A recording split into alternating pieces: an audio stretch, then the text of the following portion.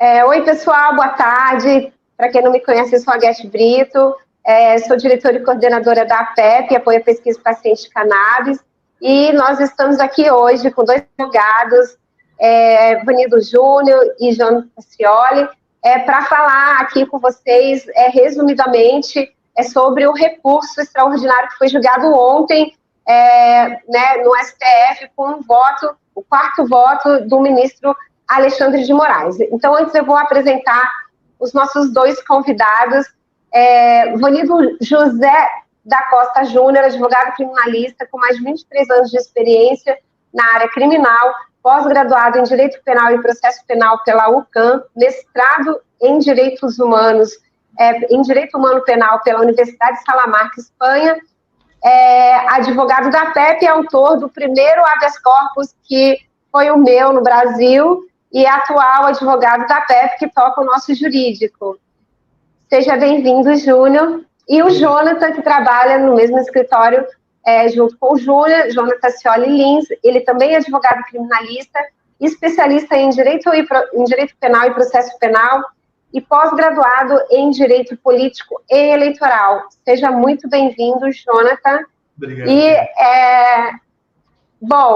como algumas pessoas acompanharam aí ontem, né, nós tivemos um voto, né, acho que ficou meio que mais do mesmo, mas depois a gente vai entrar em alguns detalhes da prática eventual que isso vai refletir no nosso dia a dia. E eu vou fazer a primeira pergunta para o Jonathan, que ele vai dar um resumo aí de como que isso começou, para quem não acompanhou, né, esses anos todos, esse recurso extraordinário. Então, Jonathan, você pode falar para a gente um pouquinho, né, como que foi que se deu esse recurso extraordinário lá no STF? Claro, esse recurso começa num caso concreto lá de São Paulo, no presídio de Diadema. Um preso foi encontrado com um invólucro de maconha dentro de um marmitex, que era para uso próprio. E ele foi denunciado por isso no artigo 28, né, da Lei 11.343, que é a que a gente está debatendo aqui no STF agora. E, em sentença, o juiz condenou ele a 2 meses de prestação de serviço à comunidade. A Defensoria Pública de São Paulo recorreu e, em segunda instância, lá no Tribunal de Justiça de São Paulo, mantiveram essa sentença. E aí foi interposto o recurso extraordinário que está sendo julgado agora. Então, na realidade, tem essa base do caso concreto que se transformou numa repercussão geral e está sendo julgado agora no Supremo Tribunal Federal. É interessante que ontem, para quem assistiu, para quem acompanhou o voto do Alexandre de Moraes, que ele frisou muito, ele focou muito na questão que da justiça de ter uma decisão para a pessoa preta, pobre, favelada, e para a pessoa branca, que hoje não é muito assim que acontece, né? Então, eu vou aproveitar essa observação e jogar a próxima pergunta para o Júnior, que é advogado criminalista há muitos anos, né? Inclusive soltou aí umas personalidades, Garotinho, né? O Júnior, ele é bem atuante nessa área criminal. Então, Júnior, o que você assistiu ontem, né? Você acompanhou o voto do Alexandre de Moraes, e ele frisava muito nessa preocupação, primeiro de combater o tráfico, e de um outro lado, né, que ele enxerga, né, que do jeito que está hoje não está funcionando e não pode continuar. Então, alguma mudança tem que ser feita. Então, ele coloca ali essa preocupação da igualdade, né, dessa decisão, se eventualmente, né, virar aí uma mais que jurisprudência, uma súmula vinculante, né, repercussão geral. Aí eu queria que você abordasse um pouco sobre, né, essa parte do voto do ministro Alexandre de Moraes. Guete, inicialmente eu agradeço o convite, tá? É um prazer sempre participar com você. No meio jurídico, todos estavam ansiosos justamente pelo voto do ministro Alexandre de Moraes, em especial pelo fato dele ter sido secretário de Segurança de São Paulo. Então, esse voto do Alexandre de Moraes ontem, no sentido de ir no caminho da descriminalização, surpreendeu muita gente, porque as pessoas achavam que o Alexandre de Moraes, pelo fato dele ter sido secretário de Segurança de São Paulo, ele iria em sentido contrário, né? Mas não, muito pelo contrário, né? Ele foi muito enfático na questão que o artigo 28 da Lei 11.343 de 2006, ele não definiu os critérios objetivos, né? E ele fala claramente que muitas das vezes existem flagrantes em todo o Brasil de forma diferenciada. Às vezes, aquela pessoa que é pega com 20 gramas numa periferia ou num local pobre, ela é tratada diferentemente de uma pessoa que é pega com 20 gramas na Zona Sul. Então, ele trouxe, com muita primazia, essa questão do enfoque social. Tá? E nós sabemos que, quando houve a modificação do artigo 28 da Lei de Drogas, o objetivo era tornar, né, o usuário que não mais fosse penalizado, e sim com medidas administrativas. E o que nós percebemos hoje no Brasil, que os meios de persecução penal, né, seja o delegado, seja o juiz, seja o promotor, eles passaram a utilizar o artigo 28 da Lei de Drogas, né, como forma de manter as pessoas presas. Então, cada vez mais, em razão dessa discricionariedade, né, que a lei deu ao legislador, essas pessoas elas acabaram ficando mais presas. Ou seja, se nós formos hoje ver o percentual de pessoas que estão presas por tráfico hoje no Brasil, a grande maioria são em pequenas quantidades de drogas, né? E o Alexandre frisou muito bem que, na sua grande maioria dessas pessoas, são pessoas pobres, são pessoas negras, são pessoas de uma classe social menos favorecida. E isso nós temos que mudar no Brasil. Isso acho que já está... todos já estão cientes, todos sabem que isso é algo que acontece no Brasil. E, como o direito é dinâmico, nós precisamos mudar essa lei. Eu não sei se eu estou certa, o Jonathan, me corrige se eu estiver errada, ele fala, hoje em dia, né, na prática da advocacia criminal, tem a famosa audiência de custódia. Essa audiência de custódia, ela acontece apenas para ver a legalidade da prisão em flagrante.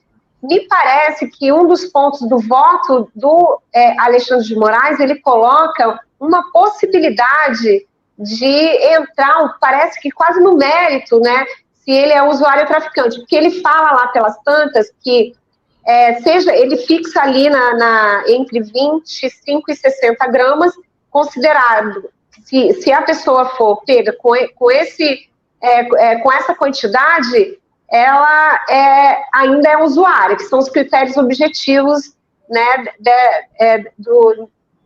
da parada, digamos assim, os critérios objetivos. Mas ali ele fala assim, não, mas independentemente se a pessoa for pega com balança junto, com telefone, com listinha, que dão indícios de tráfico, né, a pessoa pode ainda ali ser acusada de traficante. E se ele for pego acima desse peso e for acusado de traficante, na audiência de custódia ele pode entrar quase que no mérito, é isso mesmo?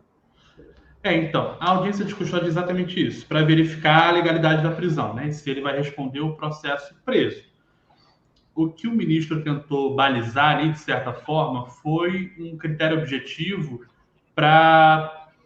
praticamente para a soltura, porque há uma demanda no Supremo Tribunal Federal, até pelo número de habeas corpus, do superencarceramento. Então, ele está tentando balizar ali, de uma certa forma, que ele deixou escrito lá no final, que até 25 gramas, o juiz teria que justificar se tem outros aparelhos, outros artefatos que qualificam aquilo como uma possibilidade de tráfico, e aí a pessoa vai responder presa. entre 25 e 60, na realidade, o próprio suspeito ele poderia demonstrar que é um consumidor, né, daquela droga. E aí a gente já entra também, apesar do voto ser muito positivo para essa luta, em certas críticas a respeito disso, de como é que vai ser provado, de como é que isso é feito no dia a dia, né, na justiça. Mas, apesar disso tudo, ainda tem algumas brechas em relação a isso, porque a gente vê até em processo de tráfico de droga que é fácil para o juiz começar a entender que aquilo é um tráfico na medida em que ele coloca como tal localidade é sempre vinculada a tráfico. E aí a gente vê, e tem sempre que impugnar muitas perguntas em relação a isso, que às vezes o Ministério Público pergunta se naquela localidade é possível vender drogas sem ser de facção, ao invés de perguntar se o réu é de facção. E aí o réu responde, não, ali só pode vender com facção, e aí ele entra num tráfico, ao invés de uso, exclusivamente pelo local que ele estava. Então, esse balizamento que ele utilizou até veio do direito português, os 25 gramas, que o Barroso já tinha usado também em 2015, mas até os 60 é aquilo que a gente estava conversando, que o Bonito falou. 60 gramas é baseado no que a justiça considerou do homem branco médio que ele consumiria e que isso na justiça não está sendo visto como tráfico. Então, é trazer a régua que estão utilizando para o homem branco para quem é negro está sendo acusado também por esse crime. Margarete, eu acho nessa sua pergunta é muito importante, porque é o seguinte, eu acho que o grande desafio do Supremo Tribunal Federal vai ser definir esses parâmetros. Tá? Qual é o parâmetro que nós deveríamos utilizar como objetivo? É 25 gramas? É 60 gramas? Né? No próprio voto do ministro Alexandre de Moraes, ele dá até a possibilidade, como muito bem foi frisado para você, em caso que seja superior a 60 gramas, que o juiz analise, no caso concreto, se ele é usuário. Né? Como analisar se uma pessoa que está acima de 60 gramas é usuário? Então, acho que esse é o grande desafio do Supremo Tribunal Federal, é objetivar esses parâmetros. Isso que é o mais difícil, né, nessa tentativa do Supremo de ocupar esse espaço que o Poder Legislativo, pelo fato de nós termos um Congresso que é conhecidamente conservador, é um Congresso que não quer entrar nesse tema, só que a sociedade ela é dinâmica, ela muda. Né? Então, eu acho que esse é o grande dificuldade do Supremo, vai ser esse parâmetro, a utilização desse parâmetro, né? De tentar objetivar isso. É tão interessante que, dos ministros do Supremo, o que eu entendo como mais progressista nessa questão da descriminalização é o ministro Barroso. Mas você pode ver que no voto ontem, o Alexandre de Moraes, né, já está até possibilitando um percentual maior do que o próprio ministro Barroso. Então, você vê como é dinâmico o direito, a sociedade está muito dinâmica. Então, aquilo que o legislador não está conseguindo, porque não quer enfrentar, o Tribunal Federal, o Supremo Tribunal Federal está tentando balizar isso, mas não é fácil. A gente sabe, todo operador do direito sabe a dificuldade que é basilar esses parâmetros. Agora, o ministro Gilmar Mendes, no voto dele, ele tenta incluir outras substâncias para além da maconha. Isso também foi um debate. Vocês acham que, pelo fato de constar no voto do Gilmar Mendes, né, a questão de outras drogas, isso pode, no dia a dia, virar uma jurisprudência na defesa de usuários de outras substâncias que forem pegos com uma quantia ínfima, né, para também diferenciar de usuário de traficante? Então, vamos lá, deixa eu tentar responder isso aí. Né? Essa pergunta, Guedes, é muito importante pelo seguinte, porque esse questionamento, para quem não sabe, o que está sendo questionado, né, nesse recurso extraordinário? Está sendo questionado se o artigo 28 da lei, se ele é constitucional ou não, se ele agride ou não o artigo 5º, inciso 10. Né? Porque o artigo 5º, inciso 10, ele fala da intimidade da vida privada. Então, entende-se que o artigo 28 ele está entrando na vida privada das pessoas. Tá? Então, por isso que está esse questionamento. Tá? Quando você fala que o ministro Gilmar Mendes, de fato, no voto dele, ele abrangeu essa quantidade não só apenas para a maconha, né? Ele incluiu outros tipos de drogas. Nós hoje só temos 4 votos, tá certo? Então, eu acho que durante esse transcorrer do julgamento desta ação, muita coisa vai mudar. Por isso que ontem o ministro Gilmar Mendes ele pediu vista, né, a presidente para que ele apresente uma solução consensual. Então, eu já acredito que o ministro Gilmar Mendes ele já vai trazer novas argumentações, né, que possa tentar, de forma consensual, levar ao colegiado a perquirir esses parâmetros, que, como no meu entendimento, eu acho que é o mais difícil. Eu já acredito que o ministro Gilmar Mendes já vai devolver esse processo, né, com uma nova roupagem, com esse novo solução consensual, com esse novo voto dele. Esse é o meu entendimento. E você, Jonathan, também acredita que é por aí? Eu acho que também vai se tornando cada vez mais visível que eles estão focados na maconha nesse julgamento, né? O Gilmar Mendes entendeu que era inconstitucional o artigo, então qualquer droga estava ali dentro.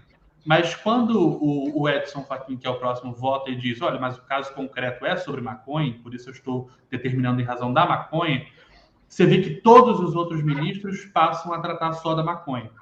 Então, às vezes, essa tentativa do Gilmar Mendes é realmente dar um passo para trás, estabelecer, né, que seja maconha e quais são os passos em relação à maconha, mas certamente isso já é um grande passo para a gente discutir as próximas, né? Certamente um avanço.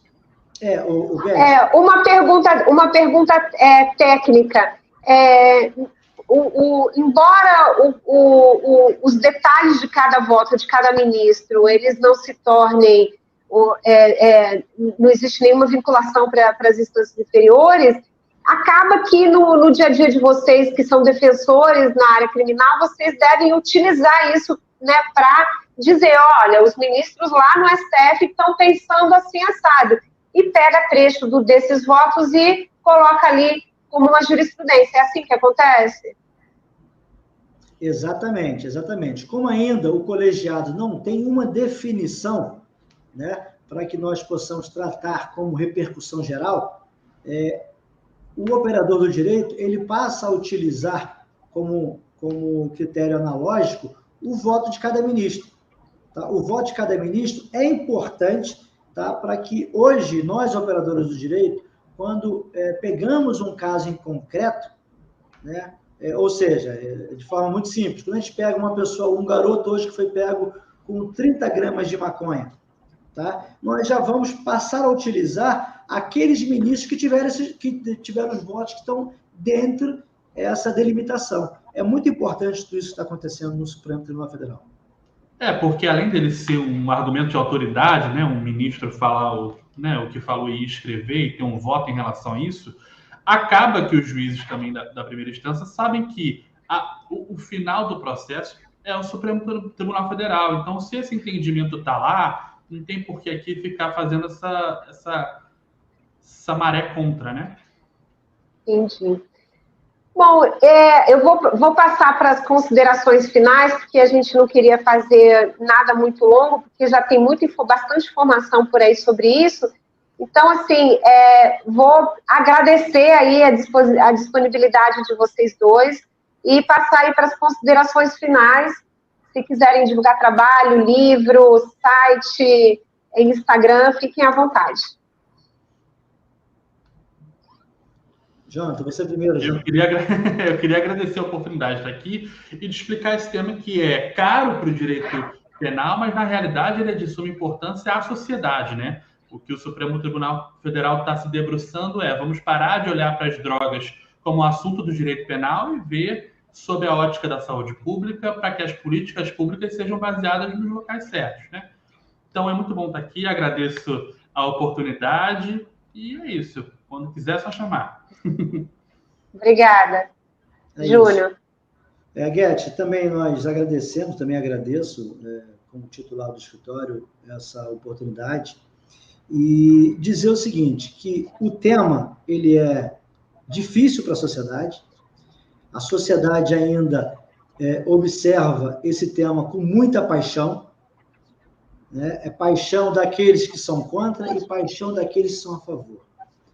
Tá? Mas eu acho que o mais importante que nós temos que trazer à baila é a questão da saúde pública.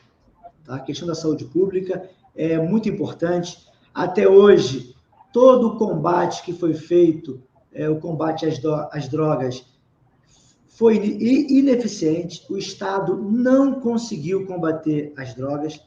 Tá? Nós percebemos hoje que os nossos presídios estão repletos de jovens que perdem suas vidas, em especial pessoas pretas, pessoas pobres, né, que não têm condições de enfrentar esse quadro social. Então, acho que a sociedade não pode fechar os olhos a isso. Isso é algo que nós temos que discutir. E é isso que o Supremo Tribunal Federal está tentando fazer diante de um silêncio de um Congresso conservador. O nosso Congresso é conservador. Nós podemos verificar que hoje o presidente do Senado ele já se contrapôs ao voto ontem do ministro Alexandre de Moraes. Mas, ao mesmo passo, ele não consegue colocar uma pauta específica para enfrentar isso. Nós precisamos enfrentar essa questão como sociedade. Quer ver um exemplo concreto? Vamos lá. O Supremo Tribunal Federal, ele me parece, né, e eu acredito que está indo nesse sentido, de descriminalizar, né, o artigo 28. Vamos lá. Quando descriminalizar, os usuários vão comprar de quem? Então, a gente passa a entender também que é necessário, ao passo que a gente começa a tratar, né, da descriminalização, a gente também tem que tratar sobre a questão da fabricação e da venda, que essas coisas elas são associadas. A gente não pode apenas ficar numa questão pura e simplesmente de uma questão dogmática da paixão e esquecer isso, porque a sociedade está aí, ela está todo dia, né, as pessoas consomem, né, e nós temos que verificar isso com o olhar da saúde pública e não com o olhar discriminatório. Muito obrigada, então, gente. Um grande beijo e é isso. Quem gostou, curte aí, aperte o sininho para receber mais, vai ficar no nosso YouTube, espalhem aí para todo mundo e mande aí suas sugestões de que mais coisas vocês querem que a gente debata por aqui. Então é isso. Beijo. Beijo aí. Tchau, Até a próxima.